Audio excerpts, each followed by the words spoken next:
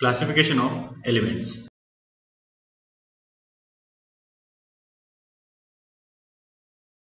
So far we have studied classification of element. First one basis on physical state, and second one basis on the properties like metal and non-metal. The third one, element can be classified as normal elements and radioactive elements. So first one is normal elements and the second one is radioactive. The elements which do not give harmful radiation are known as normal elements, like atomic number from 1 to atomic number 82 are normal elements. So normal elements have atomic number 1 to 82. The property of these elements is this: they do not radiate any harmful radiation.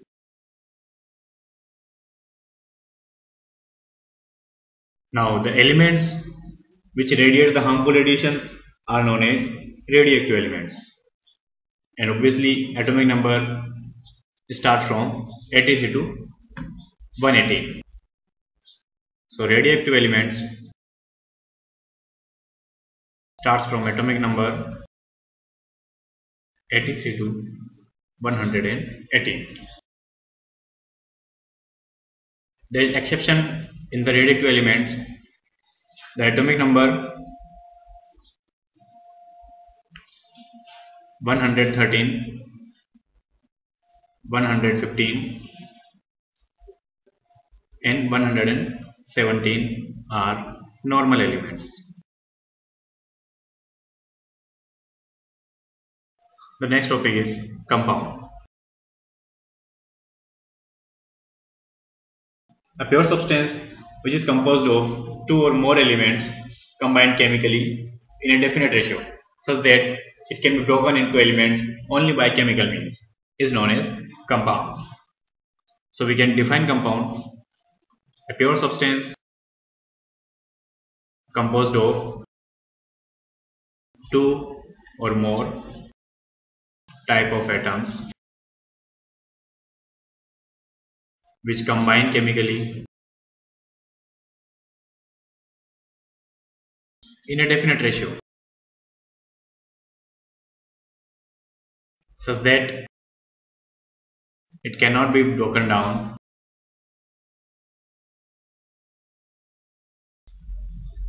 into elements by physical means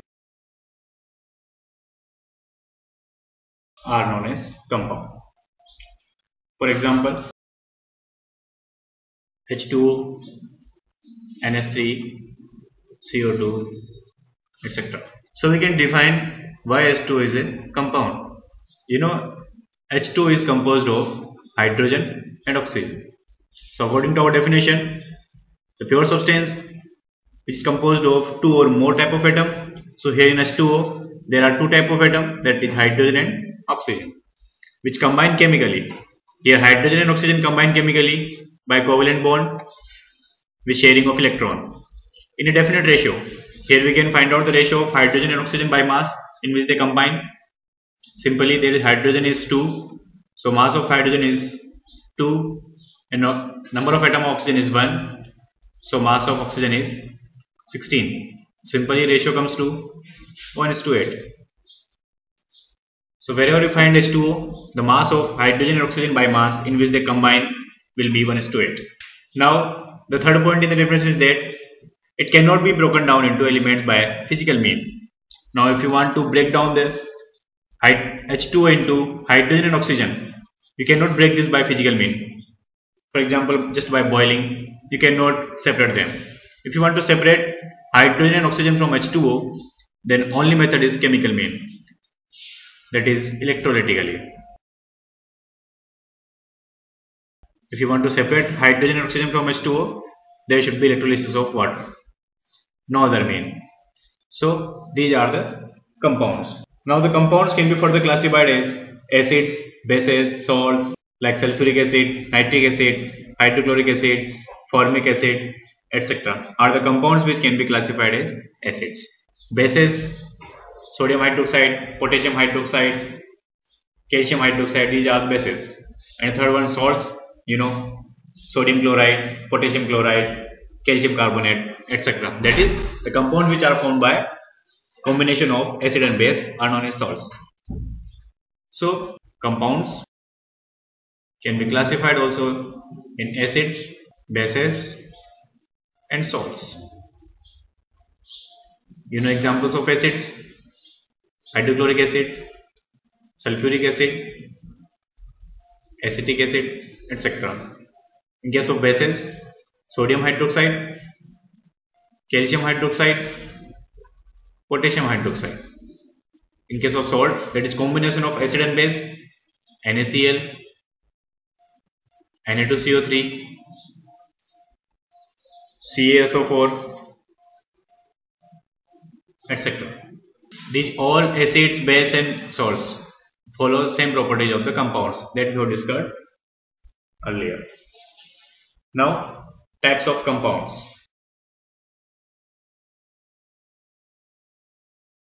The compounds have been classified into two types: inorganic compounds and organic compounds. First one is inorganic compounds and the second one is organic compounds. First we will define the inorganic compounds.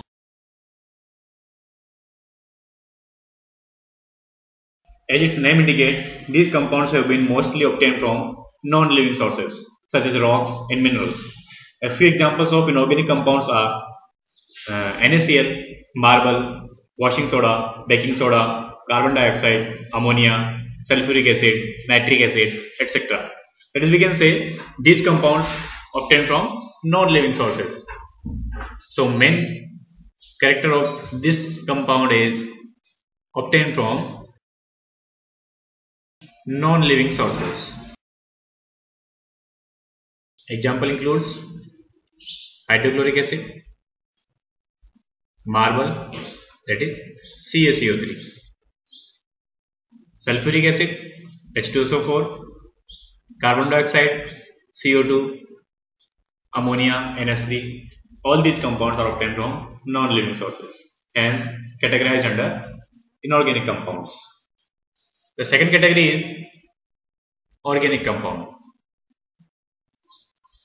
You can guess what is organic compound by its name. That is the compounds which are obtained from organisms like living beings, for example from plants and animals. The word organ relates to different organs of living beings. Therefore, organic compounds are the compounds which are obtained from living beings, that is plants and animals. And it is found that all the organic compounds contain carbon as their essential constituent, because all living things have carbon. Therefore, the organic compounds are quite often known as carbon compounds. And a few common examples of organic compounds are methane, ethane, propane, alcohol, acetic acid, sugar, protein, oil, fat, etc. So, main characteristic of organic compound is these are obtained from living beings. And living beings includes plants and animals. For example, methane, CH4, protein, that is obtained from animal, carbohydrate obtained from plants, ethane, sugar, these are all organic compounds. The second property of this category is that these compounds mainly contain carbon as constituent element. That's why these compounds are also known as carbon compounds.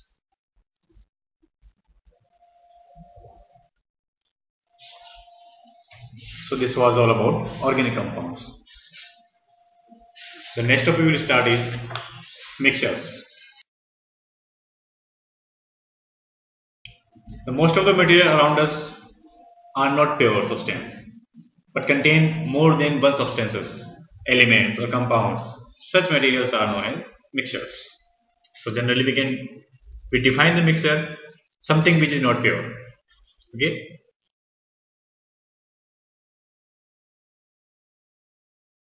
is known as mixture. This is a very simple definition. We can elaborate it. We can say the substance which contain more than one substance, elements or compounds. Such materials are called mixtures. So when two or more substance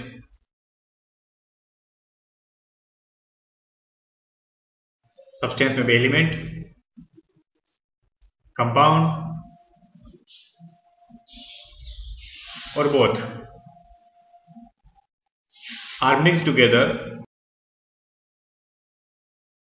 in any proportion such that they do not undergo any chemical changes but retain their individual characteristics. The resulting product is known as mixture.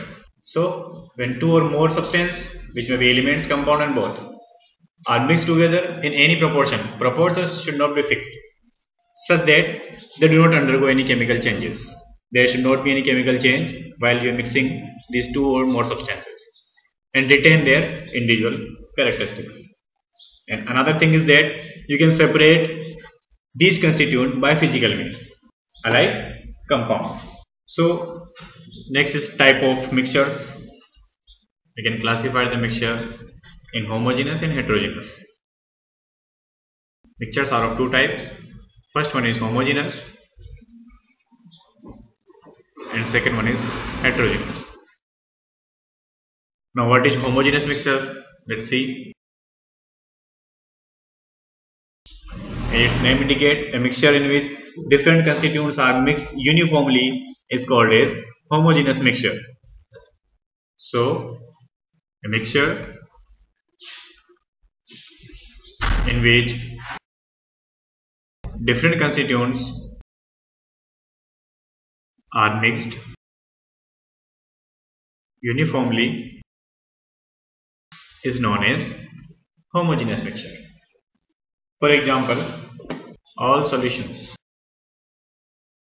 but solutions will be true in nature. All true solutions are homogeneous in nature.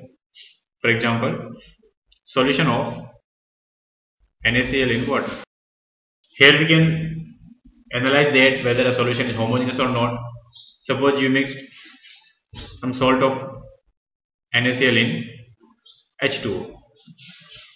Then after completely mixing, there will be equal proportion of NaCl in all the water. Whether you are obtaining this mixture from surface or from the bottom, the taste of the mixture will be same. That is salty. You cannot say that if you take mixture from this part, so it will be more salty, and if you are taking mixture from bottom side, it will be less salty. This will not be case.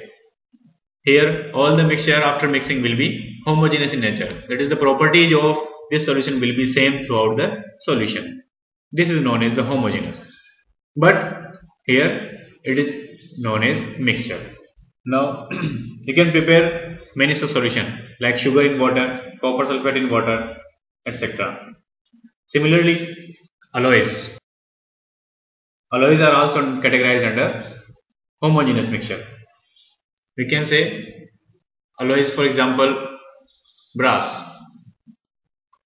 Brass is composed of copper and zinc. So when copper and zinc are mixed together to form an alloy, then they do so in a all proportion. Then mixing will be in all proportion. You cannot say that in a strip of brass, one side have more copper than the other side. That will not be case. The copper and zinc will be equally distributed in whole the block of the brass or the strip of the brass. So these are homogeneous mixture. Another example is air. Air is also a mixture and is a homogeneous mixture. If you compare air of a particular area, then this air contains the constituent in a same ratio. Suppose you are talking about the air of a room, then the constituent of air of a particular room will be same. Their proportion will be same. Either you obtain the air from another corner from to a different corner. These both corners have same proportion by basis. So air is also a homogeneous mixture. Next one we are taking heterogeneous mixture.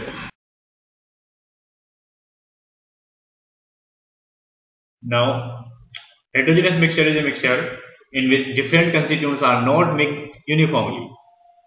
So this is just opposite of heterogeneous mixture, that is constituent are not mixed uniformly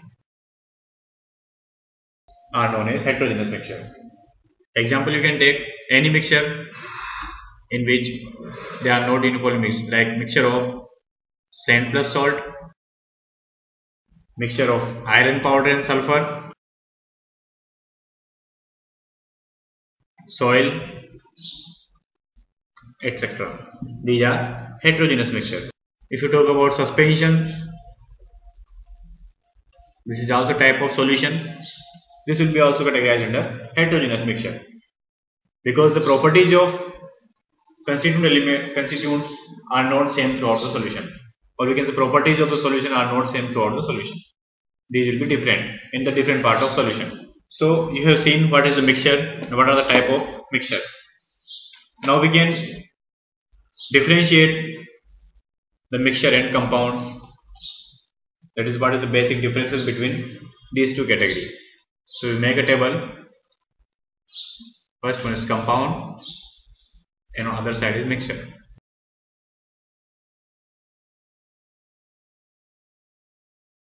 First one is nature. In a compound, two or more elements unite chemically. You know very well, in the compounds, two or more elements unite chemically. This is the nature of compound. But in case of mixtures, two or more elements or compounds are mixed but not chemically. Here, two or more elements or compounds or both unite physically. Example you have seen. The second basis is structure. You know compounds have definite structure. That is, the proportion of elements in which they combine will be definite. For example, in H2 you have seen the proportion of hydrogen and oxygen by mass will be 1:8. But in case of mixture, indefinite mixture, that is structure will be indefinite. We can unite the elements or compound in any proportion. Suppose we are talking about solution of salt. If I say to 7 people to prepare a solution of NaCl, then it may be possible that one member prepare the solution by taking 5 gram of salt and 100 ml of water, and another one prepare the 10 gram of salt by taking 100 ml of water.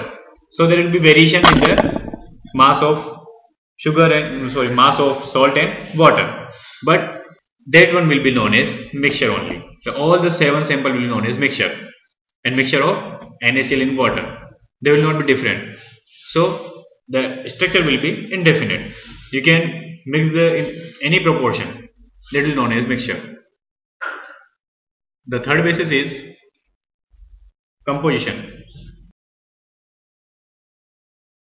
In the case of compound, the constituents are present in a fixed ratio by weight. The constituent elements are present in fixed ratio by mass. But in case of mixtures, their constituents can be present in any ratio. They have variable composition.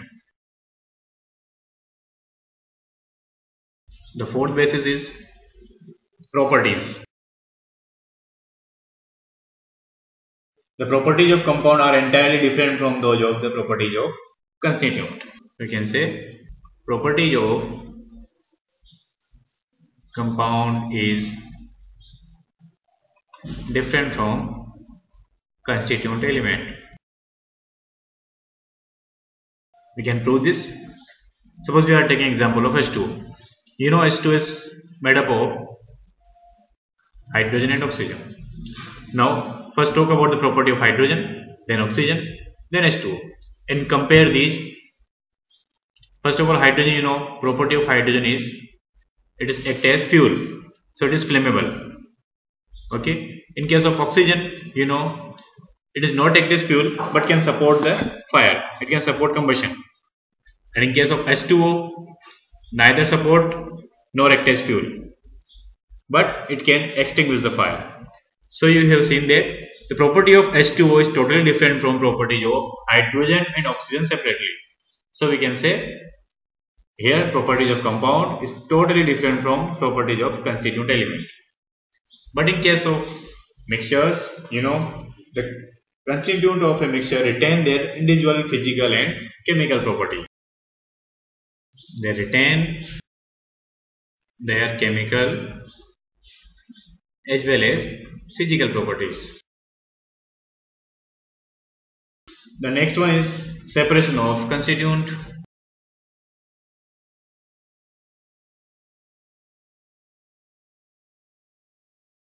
The constituent of compound cannot be separated by physical means.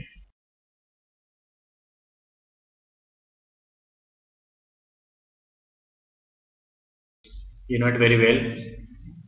If you take example of H2 again, then you cannot separate hydrogen and oxygen by simply physical means. But in case of mixture, they can be separated by physical means.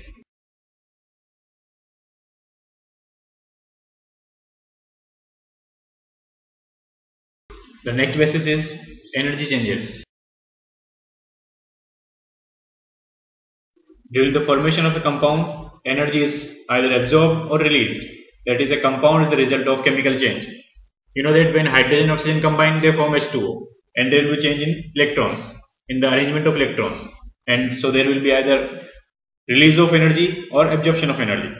So we can say the formation of these compounds accompanied by either release or absorption of energy. But in case of mixture, you know that they do not combine chemically, so formation of mixture, energy changes may or may not take place.